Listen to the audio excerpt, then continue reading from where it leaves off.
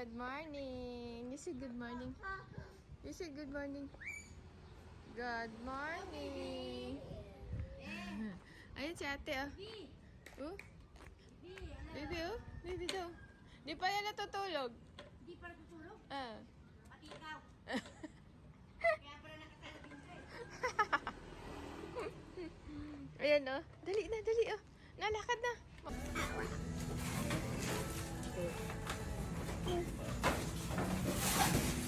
Kasi ano hindi yung bubong, oh. Tingnan mo yung bubong, oh. Aakalain mong walang nakatira sa bahay na ito ng habang panahon. Pero hindi. Ito po ay may nagre-rent dito dati. So, matagal silang nakatira dito for 24 years. Pero nakita nyo naman ang nangyari sa bahay. So, medyo napabayaan talaga siya. Ito yung ito yung kadugtong nung si Arnold sa taas. Opo, ito yung outlet ng bowl. Ito yung sa downspout ng ng drainage ng flooring. Ang sarap niyang gibain, di ba? So, ang pangit niya, ang dungis-dungis niya, sira-sira na yung bubong. 'Di ba? Parang alam mo yung sarap niyang gibain para maayos siya. So ayan, so magi-start na tayo, guys. Mag-iisip na tayo ng bagong concept nito kung paano natin ito ma-restore into like a new home to live a good life. Nadatnan natin itong hindi masyadong maganda ang function ng CR.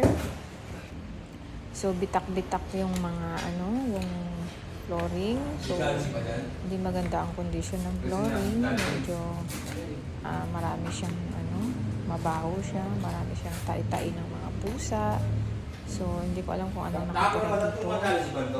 Kung mayroon ba silang mga alagang hayop dito. Kasi medyo makati yung area na to. So, mabaho siya. Napakabaho niya. Parang alam mo yung pinarent mo sa isang pamilyang hindi marunong magbahay.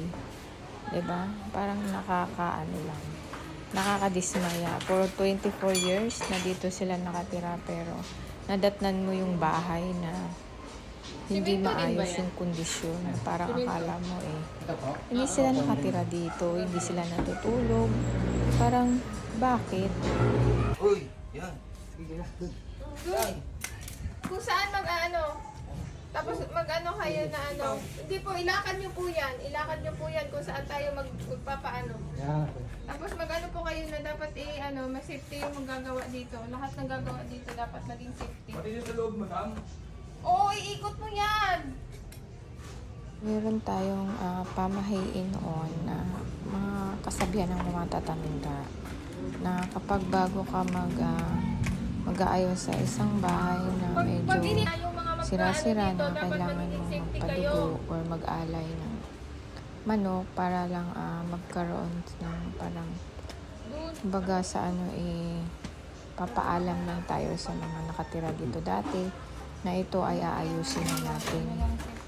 Yung mga bad spirit nila, medyo aalayan lang natin. Iniwala kasi tayo na kung ang isang bahay ay mayroong mga bad spirit na nakatira, so magiging apektado nito ang kasunod na titira. So dapat i-cleanse na natin yung ating tirahan kasi napaka-importante na ang bahay natin ay mayroong balance, harmony.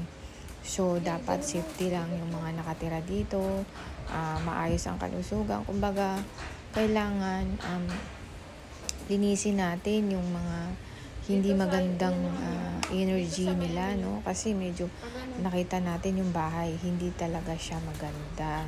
So napabayaan siya, medyo masama yung aura niya. Parang hindi talaga ako natutuwa nung nakita ko siya. Nung nakita ko siya na after ko siyang parang ang bigat, napakabaho. So yung titira dito kung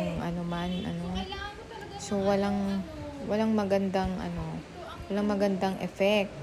Kasi kung ang bahay mo ay mabaho, nag-a-attract ka ng pangit na energy sa buhay mo. So, dapat tayo, kung mamamahay tayo, sa kahit hindi naman natin atin yung property, kahit na hindi sa inyo, please lang naman, linisin nyo naman ang bahay, di ba?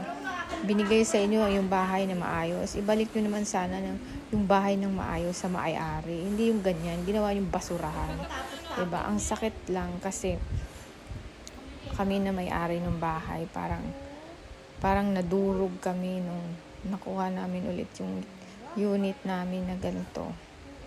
Parang ang pangit. Tapos, Diyos ko po, napakabigat ng energy niya. Kaya, gusto ko siyang ayusin. Parang, hindi ako natuwa sa resulta after. For 24 years, 'di ba? Hindi mo naayos yung bahay. Kumbaga kahit ba naman luma yan, kung ako nakatira sa isang lugar, kahit ba hindi akin, lilinisin ko na lang. Although hindi naman pero I mean, wag naman ganito ka sama. Hindi kasi tama na, alam mo yun, ikaw naman nakatira ako naman parang pakonsuelo na lang doon sa bahay na maayos.